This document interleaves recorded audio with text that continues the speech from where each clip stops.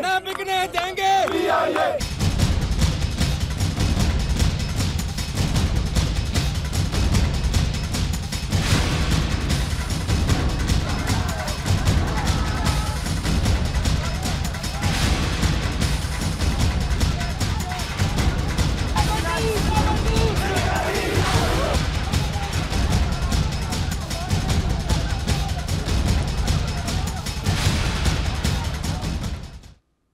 Programme ज़ेरे बहस में आपको खुशामदीद कहते हैं। मैं असदुल्ला खान हूँ। हुकूमत का मानना ये है और कहना ये है कि हम पीआईए को प्राइवेटाइज नहीं कर रहे, लेकिन दूसरी तरफ जो पीआईए के मुलाजमीन हैं जो मुसलसल एहतजाज पर हैं वो ये बात मानने को तैयार नहीं है और वो कह रहे हैं कि आप अगर 26% शेयर्स फरोख्त कर रहे हैं तो इसका मतलब दरअसल प्राइवेटाइजेशन ही है।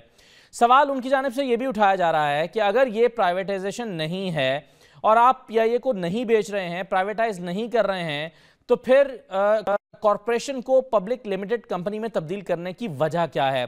कई ऐसे सवाल जो पीआईए के मुलाजिमीन की जानिब से और अपोजिशन की जानिब से उठाए गए हैं जिसका जवाब अभी तक हुकूमत ने नहीं दिया और इससे गुरेज का रास्ता इख्तियार करते हुए हुकूमत ने 6 महीने के लिए इस मामले को मुलतवी कर दिया। इसके बावजूद आज जो कि ऐलान किया गया था हड़ताल का पीआईए मुलाजिमीन की जानिब से, वो उसको करने की कोशिश की गई, लेकिन इससे पहले ही हुकूमत ने चूंकि लाजमी सर्विस एक्ट नाफिज कर दिया था तो हालात ख़राब हुए। एहतजाज के दौरान हुकूमत की जानिब से और सिक्योरिटी इदारों की जानिब से लाठी चार्ज किया गया, वाटर कैनन का इस्तेमाल किया गया, रबड़ की गोलियां बरसाई गईं और 2 कीमती जानें इस आज की हड़ताल के नतीजे में ज़ाया हो गईं। अब सवाल ये पैदा होता है कि हुकूमत ने इस मामले को अपनी गलत पॉलिसी की वजह से अगर ख़ुद इसमें शिद्दत ले आई है और इस एहतजाज में एक ताकत पैदा हो गई है तो अब यह मामला क्या रुख इख्तियार करेगा।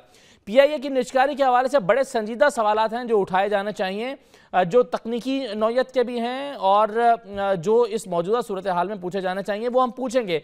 आज के प्रोग्राम में हम कोशिश करेंगे कि हमारे साथ जो पार्लियामेंट की कमेटी बनाई गई है पीआईए के हवाले से तमाम मेहमान तकरीबन वो शिरकत करेंगे जो उस कमेटी के मेंबर्स हैं। तो ये हम कोशिश करेंगे जानने की कि हुकूमत इसको अब किस तरह से डील रही है। हमारे साथ जो मेहमान मौजूद हैं उनका तारुफ मैं करवाता हूँ। शाहिद लतीफ़ साहब हमारे साथ मौजूद हैं, सीनियर तज्ज़ियाकार हैं। राना अफजल साहब हमारे साथ मौजूद हैं, मुस्लिम लीग नून के रहनुमा हैं, मेंबर हैं इस कमेटी के जो कि बनाई गई है पीआईए के मामले पर। रेहान हाशमी साहब एमक्यूएम से हमारे साथ मौजूद होंगे और एजाजुल हक साहब भी हमारे साथ इस वक्त मौजूद हैं। तमाम मेहमानों का शुक्रिया। शाहिद लतीफ़ साहब, 300 अरब के खसारे में जाने वाली पीआईए हुकूमत को प्राइवेटाइज ना करे तो क्या करे, फिर हल क्या है हुकूमत के पास? देखें, ये बहस जो है ये बहुत देर से चल रही है कि 300 अरब का खसारा है, लिहाजा इसकी निजकारी बहुत ज़रूरी है। बात यह है कि ये हमें क्या मालूम नहीं करना चाहिए कि ये जो खसारा है ये क्यों हुआ। यही पीआईए है ना जो एक ज़माने में दुनिया की नंबर 1 एयरलाइन हुआ करती थी। स्टील मिल का मामला भी तकरीबन इसी तरह है। क्या कुछ साल पहले स्टील मिल जो है वो मुनाफा बख्श एक अदारा नहीं था? हम स्टील मिल को भी अब प्राइवेटाइज करने जा रहे हैं। ये वो चीज़ें हैं जिसका हम असल हल ढूंढने की बजाय, और अगर आप जो लोग इसके जिम्मेदार हैं उनको आज नहीं पकड़ते तो आपके पास क्या गारंटी है कि आइंदा भी ऐसा नहीं होता रहेगा। यानी नेशनल इदारे और खासकर आपकी जो स्टील मिल है ये आपका एक स्ट्रेटेजिक एसेट है। ये कोई आम ऐसी चीज नहीं है कि जिससे आपने अपनी कमाई करनी है। ये कोई आम इदारा नहीं है, आम इंडस्ट्री नहीं है। लिहाजा अगर हमने नेशनल इंटरेस्ट को मद्देनजर नहीं रखना और हमने आसान तरीका इस तरह का ढूंढ लेना है तो फिर कौन कौन से इदारे मुल्क के जो है उनकी निजकारी आप करते रहेंगे और क्या खुली छुट्टी दे देंगे कि लोग इदारों को मुनाफा बख्श होते हुए उसके बाद उनको नुकसान की सूरत तक ले जाएं। आप किसी को ना पकड़ें और उसके बाद आप कहें जी आप इसका सोल्यूशन चाहे निजकारी कर दें। जहां तक निजकारी का मामला है, आपको याद होगा कि पीटीसीएल हमने बेचा था ना, उसके $800 मिलियन अभी तक आपको नहीं मिले। वो किसने इंश्योर करना है? तो ये निजकारी के मामले में भी शफाफियत नहीं है। KSC का मामला देख लीजिए कि तो शायद साहब आप क्या कहते हैं कि ये निजकारी होनी नहीं चाहिए या शफाफियत के साथ होनी चाहिए? नहीं, मैं ये कहता हूं कि पहली बात तो ये है कि खुली छुट्टी नहीं मिलनी चाहिए कि हम उस नौबत पर ले आए एक इदारे को कि अब उसे बेचना पड़ गया और उसकी वजह क्या है कि अब नुकसान दे रहा है। ये जो भर्तियां over a period of time हम करते रहे सियासी मकासद के लिए मुख्तलिफ हुकूमतों में मुख्तलिफ पार्टियों ने, ये सारे मामलात जो है इनको खराब करने वाले कौन है? ये हम ही है ना। उनसे जवाबदेही कोई करेगा या नहीं, वो उसको पॉइंट आउट हम करेंगे या नहीं?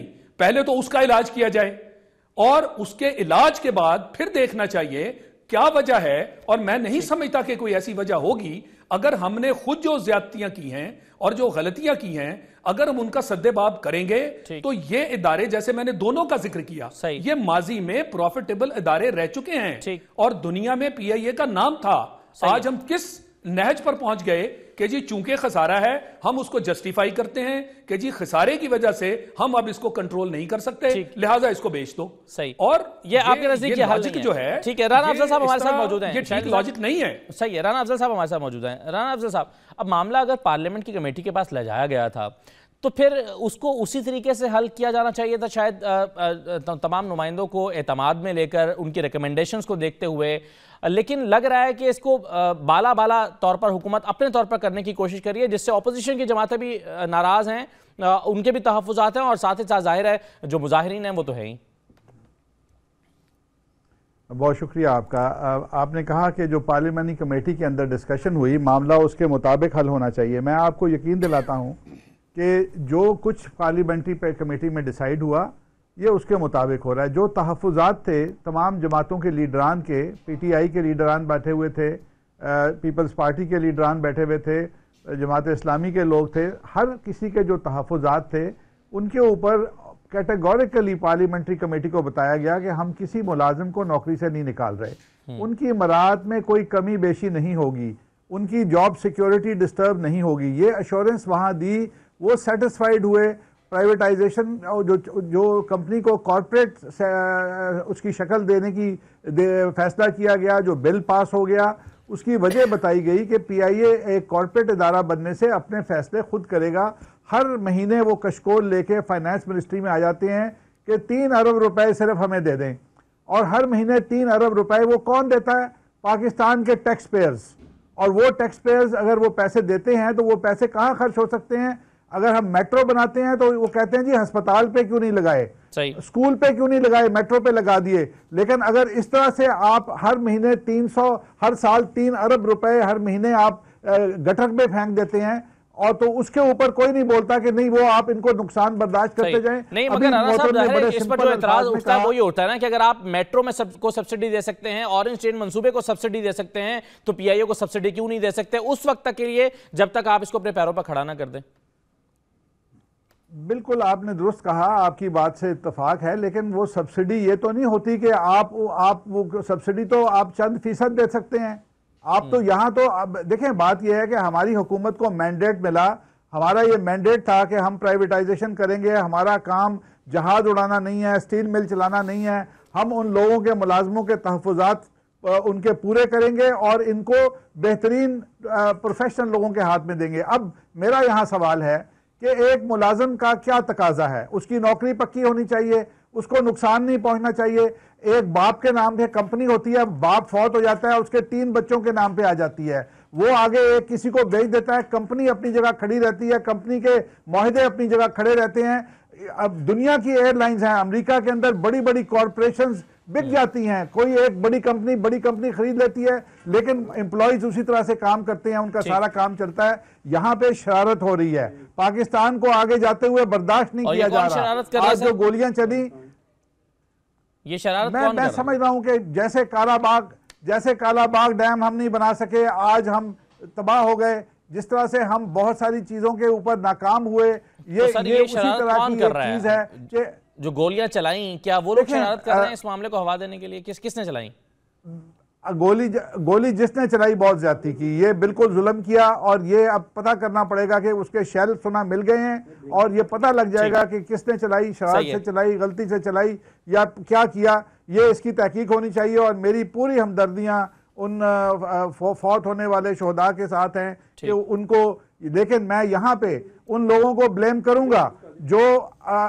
एसेंशियल सर्विसेज एक्ट लग जाने के बाद एहतजाज वालों को वहां तक लेके आए और उन्होंने लॉ एनफोर्समेंट एजेंसीज के साथ हाथापाई करवाई। एजाज उल हक साहब, आपके ख्याल में ठीक हैंडल किया गया है मामले को हुकूमत की जानिब से, और आप भी चूंकि उस कमेटी में हैं, तो जो रिकमेंडेशंस दी गई हैं, जो अपनी अपनी आरा दी गई हैं, क्या उसके मुताबिक हुकूमत चल रही है अभी तक? कमेटी के अंदर कुछ बात हुई थी, उसके बारे में मैं इतना कह सकता हूं कि अक्रॉस द बोर्ड हर किसी का ये ख्याल इस मसले का हल जो है वो निकलना चाहिए, क्योंकि PIA 375 मिलियन डॉलर के करीब सालाना जो है इसको नुकसान दे रहा है कि 3 अरब रुपए हर महीने जो सब्सिडी दी जाती है ये सस्टेन नहीं कर सकती गवर्नमेंट, और ना ये इसमें कोई शक नहीं कि स्ट्रेटेजिक अदारा है। ये दुनिया की बेहतरीन एयरलाइंस में था। एमिरेट्स एयरलाइन को, ओमान एयरवेज को, माल्टा एयरवेज को खड़ा करने वाला PIA था, और PIA एक अच्छा अदारा था, लेकिन इसको हमने सियासत की भेंट चढ़ा दी। ठीक, हर किसी ने इससे फायदा उठाने की कोशिश की है। अब इसके अलावा कोई चारा नहीं है कि एम्प्लॉयज को तहफ़्फ़ुज़ देकर आप इसके लिए एक स्ट्रेटेजिक पार्टनर लेकर आए और इसके अंदर सियासी मुदाखलत जो है उसको खत्म करें। जब तक ये नहीं होगा, मेरा नहीं ख्याल कि ये एयरलाइन जो है अपने पैरों पर खड़ी रहेगी। सही है, नहीं वो एजाजुल हक साहब सही है, मगर ये जो आप कह रहे हैं कि स्ट्रेटेजिक पार्टनर लेकर आए 26% पर, तो ये जो स्ट्रेटेजिक पार्टनर है दरअसल यही तो निष्कारी का दूसरा नाम है ना, मतलब प्राइवेटाइज तो हो रहा है ना फिर ये इदारा। अब हुकूमत का ये कहना कि जी प्राइवेटाइज नहीं कर रहे, सिर्फ स्ट्रेटेजिक पार्टनर ला रहे हैं, तो ये कहना दुरुस्त है क्या?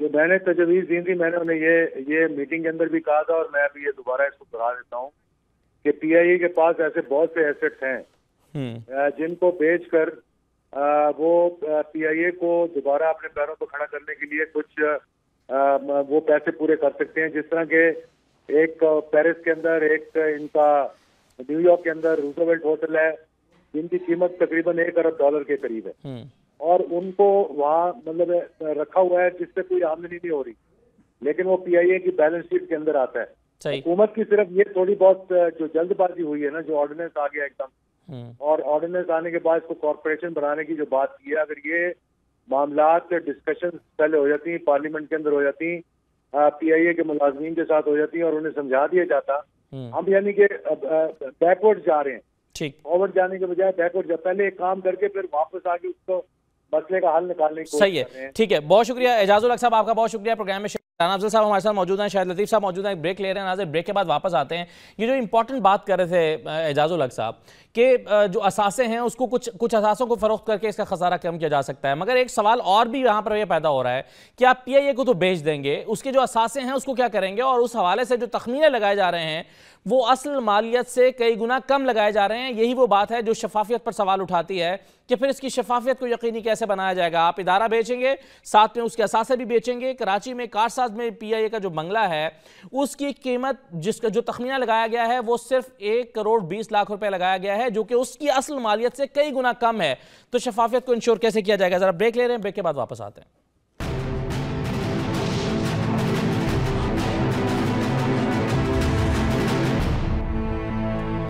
ब्रेक के बाद आपको खुशामदीद कहते हैं। MQM के रहनुमा रेहान हाशमी साहब ने भी हमें ज्वाइन कर लिया, हमारे साथ मौजूद हैं। आपको खुशामदीद कहते हैं रेहान साहब। शाहिद लतीफ साहब, ये जो अभी शफाफियत की बात हो रही थी ब्रेक पर जाने से पहले, असासों की बात हो रही है कि असासे जो हैं उसका तखमीना लगाया जा रहा है उसको बेचने के लिए। अब मैं एक मिसाल दे रहा था कारसाज के बंगले के हवाले से, जिसकी असल कीमत बहुत ज़्यादा है और उसका तखमीना सिर्फ लगाया गया है 1 करोड़ 20 लाख रुपए, और ये 120 गज के किसी बंगले की भी कीमत कराची में नहीं है और कारसाज जैसी जगह पर। तो इसको कैसे यकीनी बनाया जाएगा हुकूमत की तरफ से, और कितना इंपॉर्टेंट है ये कि शफाफियत को आप यकीनी बनाएं अगर आपने प्राइवेटाइज करना भी है?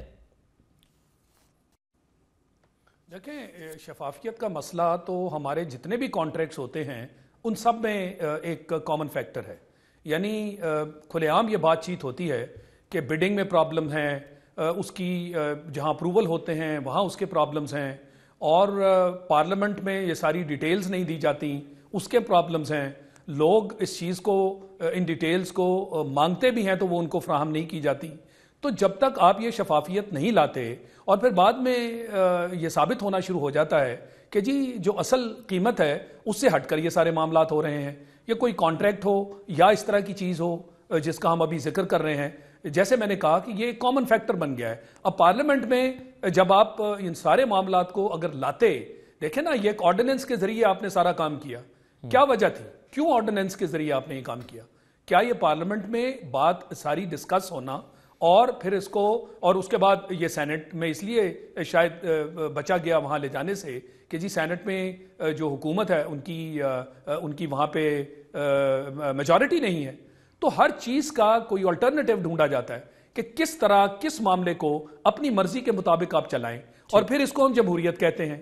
यानी नाम तो जमहूरियत का लेते हैं कि जिसमें सारे लोगों के जो नुमाइंदे हैं वहां बैठे हैं, और आप एक नेशनल इदारे को एक तरीके से सब वो प्राइवेटाइज करने जा रहे हैं, तो क्या उनका हक नहीं है कि उनके सामने ये सारी डिटेल्स रखी जाएं? मगर राणा साहब इसमें ये कह रहे हैं कि हमें मैंडेट मिला था, हमारे मैनिफेस्टो में शामिल था कि हम इसको प्राइवेटाइज करेंगे, और हमें कौम ने मैंडेट दिया तो हम कर रहे हैं। नहीं, मैनिफेस्टो में शामिल था प्राइवेटाइज करना। इस वक्त तो हम उसके तरीकाकार की बात कर रहे हैं ना। हम ये कह रहे हैं कि प्राइवेटाइज करने का मतलब है कि बस जैसे आप चाहें कर दें।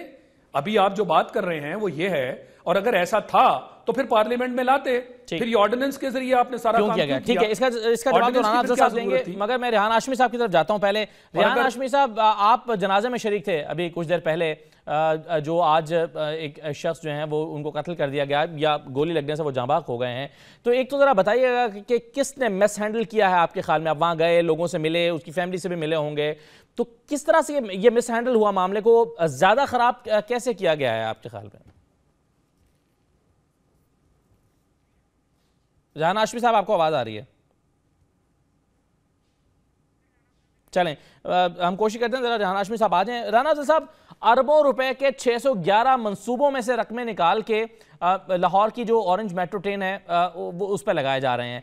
अब मामला यह है कि अगर आप एक चीज़ को प्रायोरिटी देते हैं और आप कहते हैं कि हुकूमत ने इसमें इन्वेस्ट करना है इसको अपने कदमों पर खड़ा करने के लिए, तो सवाल यह है कि आप वो इन्वेस्टमेंट या कुछ सब्सिडी देकर और इस पर हंगामी बुनियादों पर काम करके पीआईए जैसे इदारे को आप अपने कदमों पर खड़ा करने की कोशिश क्यों नहीं कर सकते? क्योंकि मसला यह है कि वो कोशिश भी होती दिखाई नहीं दी। देखें, बात यह है कि पहली बात तो मैं ये कहूँगा कि आप ऑर्डिनेंस क्यों लेके आए? ऑर्डिनेंस अगर लेके आई थी हुकूमत तो टाइम बचाने के लिए लेके आई थी, और हुकूमत को यकीन था कि ये बिल हम हाउस से पास करवा लेंगे, हमारे पास वो मेजॉरिटी मौजूद है। और फिर वो बिल भी हमने पास करवाया और उसकी तमाम तर कानूनी तकाजे पूरे किए और मेजॉरिटी वोट से वो बिल पास हुआ। तो ये तासुर देना कि जी हुकूमत ने गैर जमहूरी रवैया इख्तियार किया, वो हम टाइम बचा के शोर शराबे और हंगामे में वो मंजूर किया गया था। मतलब आपने एजेंडे के बगैर उसको बिल को पार्लियामेंट में लेकर आ गए, ये कोई तरीका तो नहीं था ना? बिल्कुल नहीं, एजेंडे के बगैर नहीं आया उसको, बल्कि एक दिन लेट किया गया। और उसको पहले सुबह जो एजेंडा तय होता है, आपकी पार्लियामेंट के तमाम पार्टियों के सरबराहान आते हैं, उनसे एजेंडा तय होता है और उसके बाद वो बिल आता है एजेंडे के अंदर। यही तो गलत बातें जो की जाती हैं। दूसरी बात जो आप कह रहे हैं तरीकाकार पे बात हो रही है, तो यहाँ हर बंदा आके कंसल्टेंट और स्पेशलिस्ट बन जाता है। इस प्रोजेक्ट के ऊपर बड़े माहिरीन बैठे हुए हैं, हमने कंसल्टेंट्स हायर किए हैं। प्राइवेटाइजेशन कमिशन ऐसे ही निजकारी करने नहीं चला जाता। तो सर राना साहब फिर कैसे होगा? ये बताएं कि एक सवाल का जवाब दीजिएगा कि जब आप इसको प्राइवेटाइज करेंगे तो 26% आप शेयर बेचेंगे, सही है? मगर मेरा सवाल इसमें सर ये है, आप अपनी बात भी कर लीजिएगा कि ये जो 300 अरब रुपए की लायबिलिटी है, ये भी खरीदेगा क्या बायर 26% वाला? इसका क्या बनेगा?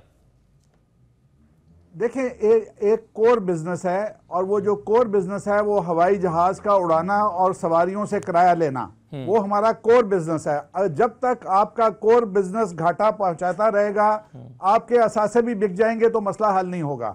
आपको अपना कोर बिजनेस ठीक करना है और मेरा ख्याल है जो प्लान बन रहा है उसमें कोर बिजनेस को अलग कर रहे हैं। असासे हम कल भी बेच सकते हैं, परसों भी बेच सकते हैं। अगर एक चीज 10 करोड़ की है वो 1 करोड़ में नहीं बिक सकती, उसके ऊपर ओपन बिडिंग होगी और आप भी शामिल हो सकेंगे, मैं भी शामिल हो सकूंगा। इसलिए ये कह देना कि जी उसकी वैल्यू 1 करोड़ लगा ली और कोई झुल्लू फिरने लगा, ये काम नहीं हो सकता आज के पाकिस्तान में। ठीक है, मीडिया साथ रहेगा, राणा साहब जरा साथ रहेगा, आजाद है। ठीक है। रेहान हाशमी साहब, मैं जरा पीआईए की प्राइवेटाइजेशन पर आपकी और आपकी वर्किंग और आपकी राय तो बाद में लेता हूं, मगर सबसे पहले अभी कुछ देर पहले आप जनाजे में शरीक थे। आज जो अफसोसनाक वाकया पेश आया है, 2 अफराद की जान गई है, क्या माहौल आपने देखा है? किस पर जिम्मेदारी डाली जा रही है इसकी? किसने इस मामले को मिस हैंडल किया है? बिस्मिल्लाहिर्रहमानिर्रहीम। देखिए, मैं अभी सैयद इनायत रजा साहब के जनाजे में बाबुल इल्म फैज़ाबाद में शरीक था और यहाँ पर लोगों को में काफी गम गुस्सा है और लोग इस बात की तहकीकात का मुतालबा कर रहे हैं कि एक प्रोटेस्ट करते हुए शख्स को जिससे कोई खतरा नहीं था कि कोई सरकारी प्रॉपर्टी डैमेज हो और वो अपना एहतजाज से जो है रिकॉर्ड पे लेकर आना चाह रहे थे लोग, तो उनके ऊपर असलाह का इस्तेमाल करना और हलाकत की सूरत में इसका रिजल्ट आना, तो लोगों में इंतहाई रंजो गम की कैफियत है। मैं समझता हूँ कि हुकूमत की भी जिम्मेदारी है, लॉ इन्फोर्समेंट के हमारे जो अफसरान हैं, अफसरान बाला, उनकी जिम्मेदारी है कि वो तहकीकात करवाएं और उसके रिजल्ट जो है ट्रांसपेरेंट अंदाज में आने चाहिए। गलती हो जाती है, अगर ह्यूमन कोई मिस्टेक है तो उसको कैसे गिरफ्तार तक पहुंचाना चाहिए। इदारों की क्रेडिबिलिटी बरकरार है, बरकरार रहेगी। हाँ, अलबत्ता अगर कोई फर्द वाहिद या एक दो अफराद की गलती को इदारों से मशरूत करना मेरा सही है। अच्छा, तो रेहान हाशमी साहब, आप जरा मुझे ये बताइएगा कि आपने अब तक, आपकी पार्टी ने और आपने इस पर जो मेंबर होते हुए कमेटी का जो वर्किंग की है, आपके ख्याल में आप प्राइवेटाइज हो जाना चाहिए या इसके अलावा भी हुकूमत के पास कोई हल है कि वो प्राइवेटाइज किए बगैर इसको अपने पैरों पर चला सकती है? मैं भी उस कमेटी में था, जो स्टैंडिंग कमेटी है, उसमें तो हुआ ये कि जनाब चीजें तय थी, उसके लिए स्पेशल कमेटी भी बनी थी और उसमें जिस तरह हुकूमत ने बाजी का मुजाहरा किया तो वो हमारी समझ से बालातर है। एक ऑर्डिनेंस की सूरत में आया और उसको बिल, हालांकि ये मतलब जो सिलसिला है, जो तरीकाकार है, उससे बिल्कुल हट कर आया। ये ऑर्डिनेंस को बिल की सूरत में लेकर आया गया और उसके बाद नेशनल असेंबली से जो पास कराया गया वो भी इतनी जल्दबाजी में गया कि वो समझ से बालातर है। अब दूसरी चीज ये कि अगर फर्ज करें कि आपके हुकूमत में पीआईए का बेहतर कारकर्दगी का मुजाहरा कर रही थी, तो क्या ही अच्छा होता कि आप 6-8 महीना साल भर और इंतजार करते, आपकी हुकूमत में और अच्छी मतलब मुजाहरा करती पीआईए, मगर आपने जिस तरह कौमी असासे को बेचने के ऊपर दरपाए हैं आप, ये समझ से बालातर है। सही है। चलो रेहान साहब जरा साथ रहिएगा, एक ब्रेक का वक्त है, मुझे ब्रेक लिखा जा रहा है, ब्रेक के बाद वापस आते हैं। सवाल मैं अपना दोहरा दूंगा जिसका जवाब नहीं मिला कि पीआईए तो बिक जाएगी मगर 300 अरब की जो लायबिलिटी है क्या वो भी कोई खरीदेगा? ब्रेक के बाद इस पे बात करते हैं।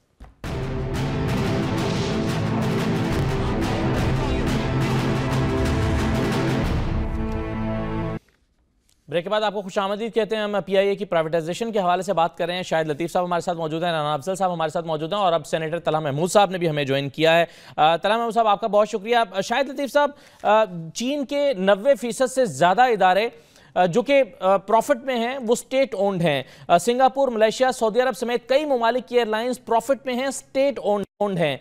अब आपने शुरू में ये सवाल उठाया था कि हम उन लोगों से हिसाब क्यों नहीं मांगते जिनकी वजह से पीआईए खसारे में गया। चलें, वो भी एक मसला है, उसको भी हुकूमत को एड्रेस करना चाहिए, मगर हुकूमत अगर इसकी सरपरस्ती अब से शुरू कर दे और पॉलिसी में कुछ तब्दीलियां ले आए, क्योंकि सुहेल बलोच ये कहते हैं कि अगर आपकी मिडिल ईस्ट के लिए जो पॉलिसी है सिर्फ उसको चेंज कर लें तो आपको पैसेंजर मिलना शुरू हो जाएगा और ये इदारा अपने पैरों पर खड़ा होना शुरू हो जाएगा। तो आपको कहाँ प्रॉब्लम लग रहा है शाहिद साहब? देखिए, यही वो बातें हैं ना कि जिसके तहत मैं समझता हूं कि ये सारी चीज़ें पार्लियामेंट में डिस्कस होना चाहिए थी। अभी राना अस्कर साहब जो है उन्होंने बड़े आसानी से कह दिया कि जनाब ये पार्लियामेंट में हमने बिल दिया और वो मंजूर कर लिया गया। इससे पहले ये रेहान हाशमी साहब जो थे वो भी यही कह रहे थे, वो तो उस कमेटी का हिस्सा हैं जहां ये सारी बातें तय हुई। उन्होंने खुद कहा कि पार्लियामेंट में जिस जल्दबाजी का मुजाहरा किया गया वो तो समय से बालातर है।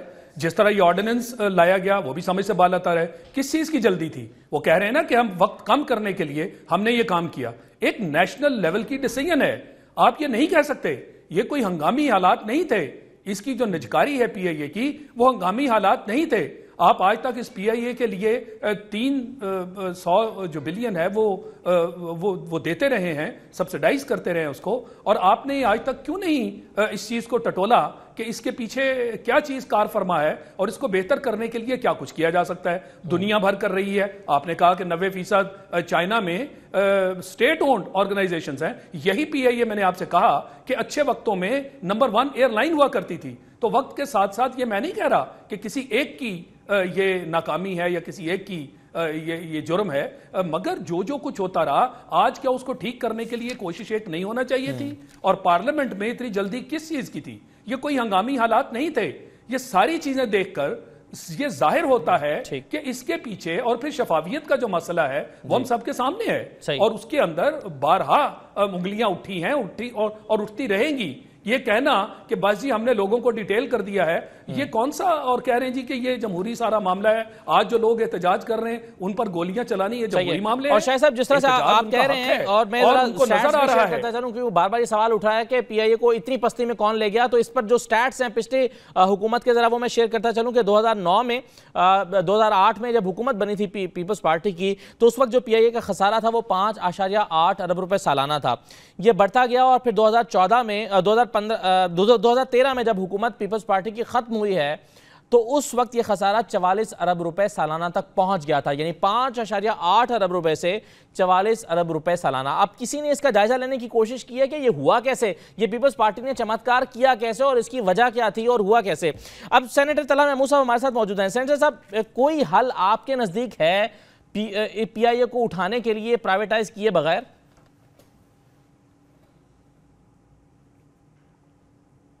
तलहा महमूद साहब, आपको आवाज आ रही है? जी जी आ रही जी। मेरा सवाल सर आपसे ये है कि आपके नजदीक कोई हल है कि पीआईए को प्राइवेटाइज ना किया जाए और ये जो 300 अरब का खसारा है इसको खत्म करके इसको कम से कम इसकी बैलेंस शीट जो है वो बैलेंस कर दी जाए? जी बिस्मिल्लाहिर्रहमानिर्रहीम। जहाँ तक बैलेंस शीट को ठीक करना है, इसको प्रॉफिट में लाना है, उसके लिए तो इन्होंने काम ऑलरेडी शुरू किया हुआ है गवर्नमेंट ऑफ पाकिस्तान ने।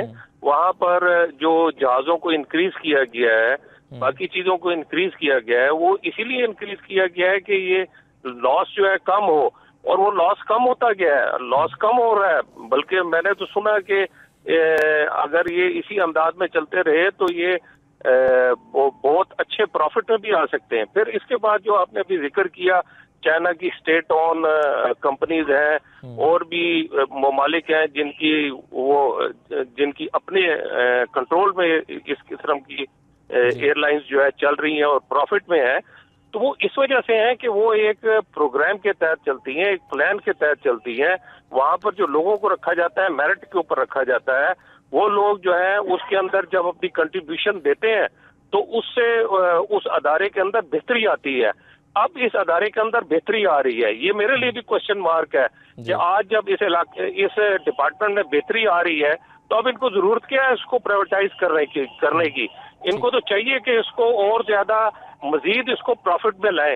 प्रॉफिट में जिस वक्त ये हुकूमत आई और खुद उस चीज का दावा करती है कि 16 या 17 जहाज थे और आज वही जहाज बढ़ के जो है वो 38 के करीब हो गए हैं, और इस वक्त ऑलरेडी उनके मजीद जहाज आने वाले हैं। ऑलमोस्ट इन्होंने डबल से भी ज्यादा जो है जहाजों में इंक्रीज किया है। इनके बहुत सारे स्टेशन जो है ऑन हो गए हैं, जो बंद पड़े थे। बड़ा जबरदस्त लॉजिक दिया तला साहब आपने। और राना अफजल साहब, तलहा महमूद साहब ये कह रहे हैं कि आपने एफर्ट की और उसके अगर नताइज ना मिले होते तो आप ये कहते कि जनाब हमने ये चीजें की, इसके बावजूद खसारा कम नहीं हो पा रहा और हमारे पास कोई ऑप्शन नहीं है।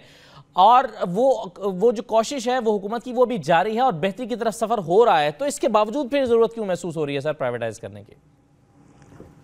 देखिए, सेनेटर साहब ने बड़ी अच्छी बात की और ये इम्प्रूवमेंट ला रहे हैं, उस पर मेहनत कर रहे हैं। जो उसकी साबका हालत थी उसके ऊपर तो कोई उसकी शक्ल देखने को तैयार नहीं था। उसके पास तो तेल के पैसे नहीं होते थे। अगर उसको आपने स्ट्रेटेजिक पार्टनर लेना है और उसको किसी शक्ल में लेके आना है, देखें इन्हीं चीज़ों को रोकने के लिए जो अभी आपने बात की कि हमने उसको एक हुकूमती इदारा जिसमें एक सेक्रेटरी फ़ोन करता है जी मेरे गाँव के 10 बंदे रख लो, एक सियासतदान फ़ोन करता है जी मेरे गांव के 500 बंदों को आप पीआईए में रख लो, उस चीज़ को ख़त्म करने के लिए उसको कॉर्पोरेट स्ट्रक्चर दिया, उसको उसका अपना बोर्ड बनाया, गवर्नमेंट के सेक्रेटरियों से जान छुटाई। और लेकिन सर आपने कहा था जो एसोसिएशंस हैं पीआईए के हवाले से, उनसे आपने कहा था कि हम जो करेंगे आपको एतमाद में लेकर करेंगे, आपने नहीं किया, इस वजह से आपको ये एहतजाजों का रास्ता देखना पड़ रहा है। देखें, एसोसिएशन जो हैं उनका ताल्लुक अपनी रोजगार के साथ है, उनकी मुलाजमत के साथ है। वो हुकूमत को या कंपनी के मालिकान को ये नहीं बता सकते कि आपने कंपनी कैसे चलानी है। अगर उनको इस चीज़ का एश्योरेंस दिया जाए कि उनकी नौकरियां पक्की हैं और वो काम करेंगे और एक अच्छे माहौल में काम करेंगे, जैसे बैंक एमसीबी गया था और बैंक गए थे, आज उनके मुलाजमीन मौजे मार रहे हैं। अगर पीआईए इसी तरह से स्ट्रेटेजिक पार्टनर आएगा तो हमारा राना साहब मुझे माजरत से क्योंकि मुझे कहा जा रहा है कि कोई ब्रेकिंग न्यूज़ है, शायद उसके लिए मुझे जरा एक फौरन ब्रेक लेना पड़ रही है। मैं वापस आता हूं आपसे आपके पास इस सवाल को लेकर।